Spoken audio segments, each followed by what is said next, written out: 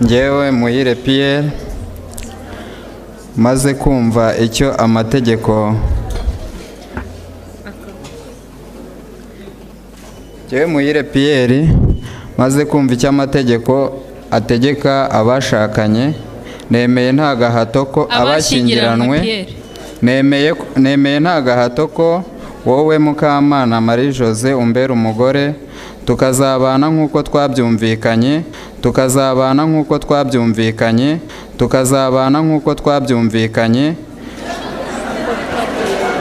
Pierre, ushobora gusoma ibyanditse aho ngaho? Tukazabana nk'uko twabyemeranyijwe kandi dukurikije uko amategeko ya Repubulika y'u Rwanda abiteganya. Urasubiramo? Ntabwo nsubiramo. Urasubiramo? Ntabwo nsubiramo. Urasubiramo? Ntabwo nsubiramo.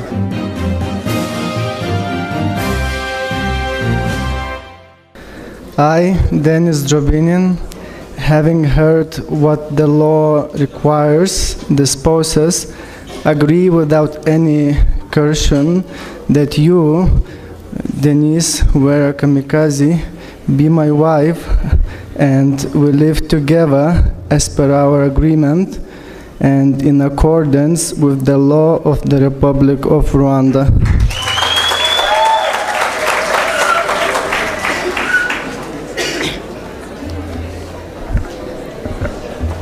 Njyewe Kamikazi Uwera Denise maze kumva icyo amategeko Njyewe Kamikazi Uwera Denise maze kumva icyo amategeko ategeka abashakanywe abashyingiranwe, nemeye nta gahato ko wowe Dennis Drobinone umbera umugabo, tukazabana uko twabyiyemeje kandi dukurikije uko amategeko ya Repubulika y'u Rwanda abitegeka.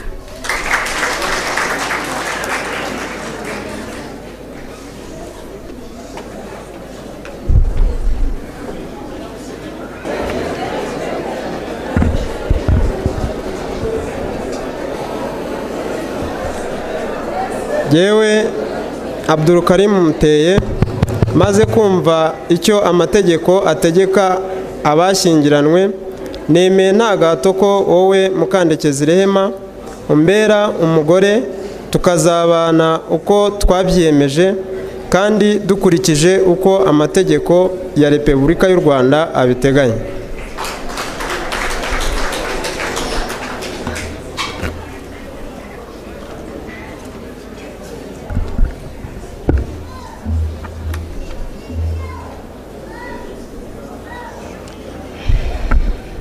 Njyewe Mukandekezi Rehema maze kumva icyo amategeko ategeka abashyingiranwe, nemeye nta gahato ko wowe Muteye Abdulkarim umbera umugabo, tukazabana uko twabyemeranyijwe kandi dukurikije uko amategeko ya Repubulika y'u Rwanda abiteganya. Njyewe Muhire Pierre maze kumva icyo amategeko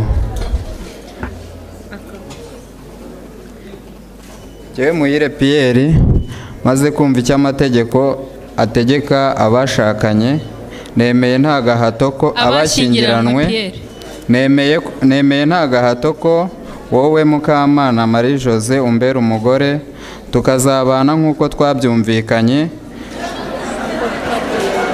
Pierre, ushobora gusoma ibyanditse aho ngaho? Tukazabana nk'uko twabyemeranyijwe. Messieurs, tumuhe ituze.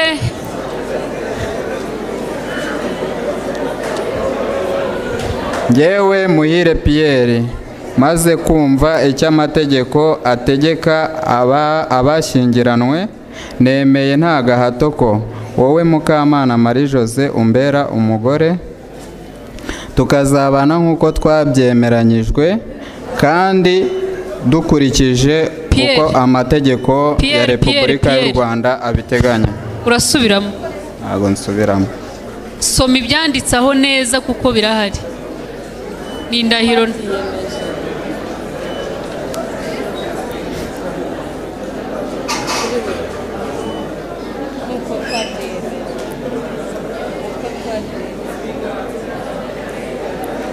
Njyewe Muhire Pierre maze kumva icyo amategeko ategeka abashyingiranywe, nemeye nta gahato ko wowe Mukamana Marie Jose umbera umugore, tukazabana nk'uko twabyiyemeje kandi dukurikije uko amategeko ya Repubulika y'u Rwanda abiteganya.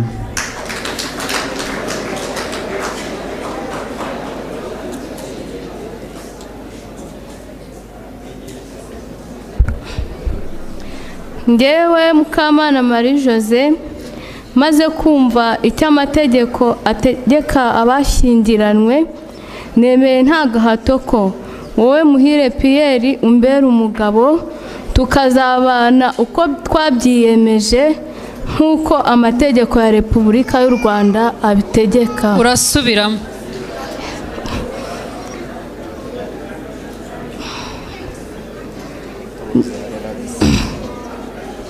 Njyewe Mukamana Marie Jose nemeye nta gahato ko wowe Marie Jose gerageza utuze urabisoma neza rwose.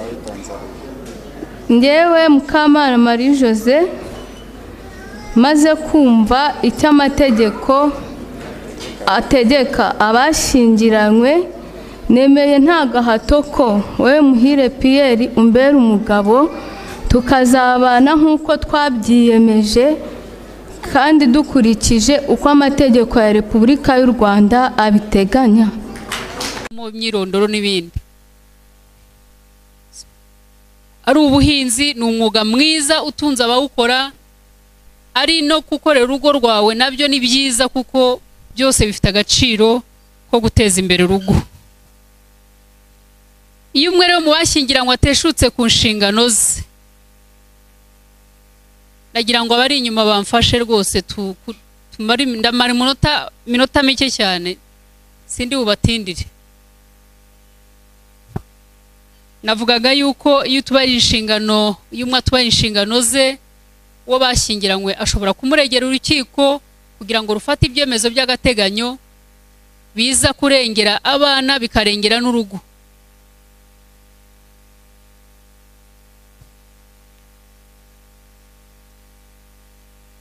Ishyingirwa rishobora guseswa ku mpamvu ebyiri zikurikira.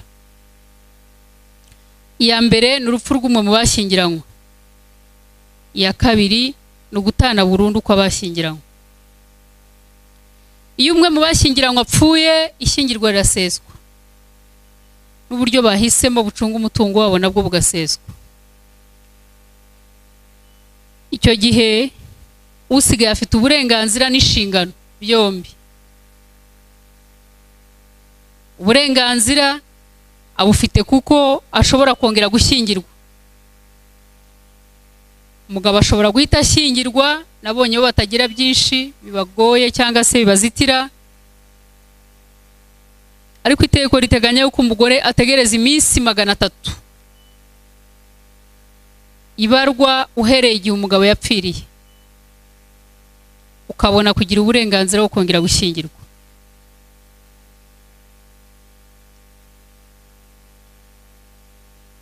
Ndabisobanura.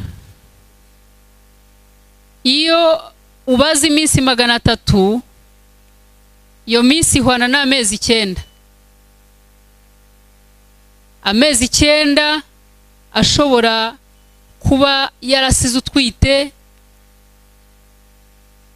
Icyo gihe mu mezi 9 waba ugiye kubyara. Iyo ushatse gushyingirwa muri ya minsi, icyo gihe umuganga wemewe na leta aragupima akemeza yuko udatwite. Icyo gihe ugira uburenganzira bwo kongera gushyingirwa. So nta segregation irimo rero ko abantu bajye babitindaho cyane. Inshingano asigarana nizo kurera abana yasigiwe na nyakwigendera. Kabone niyo yakongera agashyingirwa, asigarana izo nshingano zo kurera abana yasigiwe na nyakwigendera. Birashoboka kuba nawe ashobora kwitaba Imana mbere yuko abana bakura. iyo rero nawe yitabye Imana mbere yuko abana bakura, itegeko ry'umuryango ryateganije uko abo bana bazarerwa, kwa kenshi wasangaga bagenda batwarwa nabo mu miryango ikabarera, ikazagaragaza kera yuko yabareze mu mitungo yasizwe n'ababyeyi, umwana adafite ikintu yitabaza. Ariko itegeko ry'umuryango ryateganije uko abana nk'abo bashobora kuzarerwa igihe bibaye ngombwa. Impamvu ya kabiri navuze niyo gutana burundu ko abashyingiranywe bashobora gutana burundu biturutse ku mpamvu ziteganywa n'itegeko, aho buri wese mu bashyingiranywe ashobora gusaba gutana burundu kubera imwe mu mpamvu zikurikira: ubusambanyi bufite ibimenyetso, ni imwe mu mpamvu yatuma abashyingiranywe batandukana. Guta urugo nibura igihe cy'amezi 12 akurikirana,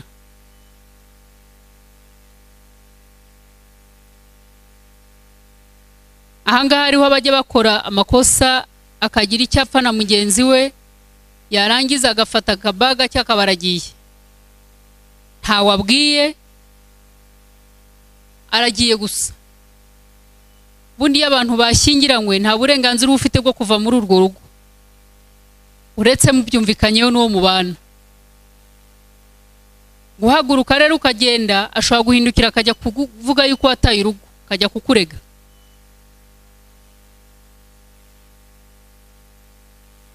Igihano cy'icyaha gisebeje, ushobora gukora icyaha, ari icyaha n'inyito yacyo n'igihano byose bikagusebya nk'umugore cyangwa umugabo, n'umuryango wose bakananirwa kubyihanganira.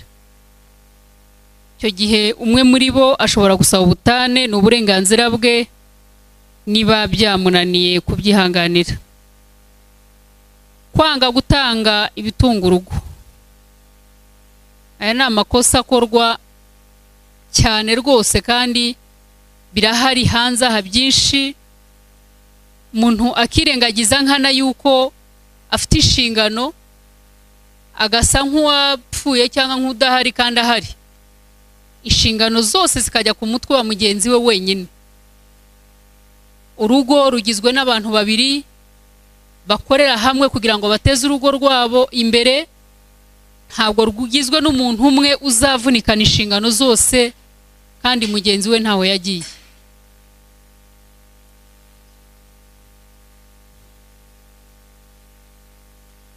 Guhoza mugenzi wawe ku nkeke, ihohoterwa rishingiye ku gitsina. Hari ibintu bimwe ngira ngo abantu bumve, kugira urugo ngo rubu urugo bisaba ibintu byinshi. Bisaba iyo commitment mwa mwagize yo kubana, ngo bwumvikane n'icyerekezo mufite cyo kubaka urugo. Umuntu umukangura, kangura uwo mugenzi wawe.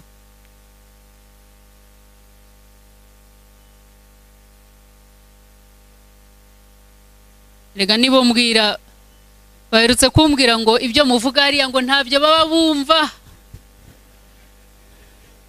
Ubu tuvunikira ubusa nta nibyo mwumva. Ni ibitangaza rwose. Turakoresha iminota mike mwihangane n'ikitegeko riteganya, ariko turakoresha iminota mike. Navugaga akantu kuko abantu bagira umwanya wo kuganira. Iyo mwagize umwanya wo kuganira ubuzima bwanyu, ku bibazo byanyu mufite mu rugo, hari byinshi bikemura, mudashobora gupfa muri ibindi mvuga. Birasaba yuko mushaka uwo mwanya rero.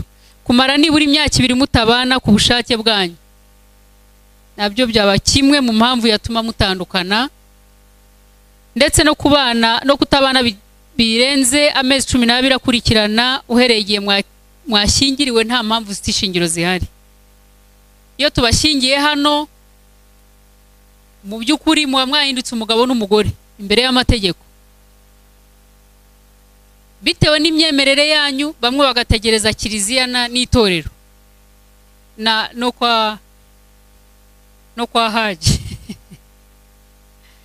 ni uburenganzira bwanyu, ariko iteko riteganya yuko bigomba gukorwa mu gihe gikwiye kugira ngo mubane, kuko muba mwarashyingiwe byemewe n'amategeko. Icyakora nanone mushobora kutabana bitewe n'uko umwe muri mwafashwe nabi. Iyo nicaye imbere y'abageni mba ndeba ukuntu basa neza, nyuma y'igihe gitoya kuko utamwitayeho, muraza kubibona hano mu kanya gatoya, muze kubzavinga gusa, muraza kubibona yuko keya ari nkeya cyane. Ariko izitabonetse hano mugerageze byibuze akanya gato turi bumarane zize kuboneka, byibuze bagendere kuri izo muzakomerezeho. Njya mpamagara abageni, umwe akagenda ukagira ngo ari muri marato, akabataye mugenzi we.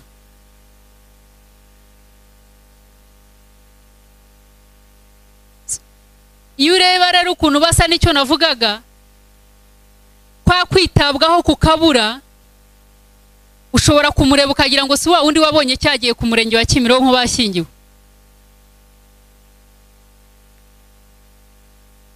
Ariko barasa neza, ubutane bwo murabizi ko bwemezwa n'urukiko.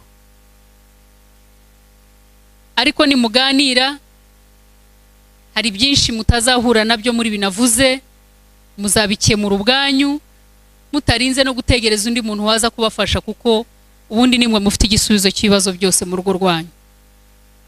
Ugerageze rero gushaka umwanya wo kubiganiraho, bizakunda. Kuko abagiye nabaho urugero mu myaka 5 ishize, abatwandikiye ko bagiye kubera impamvu zabo bwite cyangwa z'umutekano n'ibindi byo navugaga, ndagira ngo mbamenyeshe yuko kugeza iyi saha bakiriyo. Muranyumva icyo nshaka kuvuga? Baratwandikiye batubwiye yuko bafite ikibazo cy'umutekano muke kubera amakimbirane bamaranye iminsi cyangwa igihe kirekire. Tubaye tugiye kugira ngo tubanze dukemure ibibazo dufitanye. Kuva icyo gihe bamwe ntibarahura, umwe aracyari iyo yagiye n'undi aracyari aho yamusize. Bivuga iki rero? Kubaka urugo ni urugendo rufatanije abantu babiri bafite intego. Nongere mbisubiremo, niyo mwagira icyo mupfa, ntabwo umuti ari ukujugunya iyo ngiyo ukaceceka, kuko uyu munsi nicyo kiriho. Niyo mpamvu babwira ngo abatwandikiye mu myaka 5 ishize, nge na executive w'umurenge batwandikiye, uyu munsi ntabwo ikibazo cyabo kirakemuka, buri wese ari iyo ngiyo.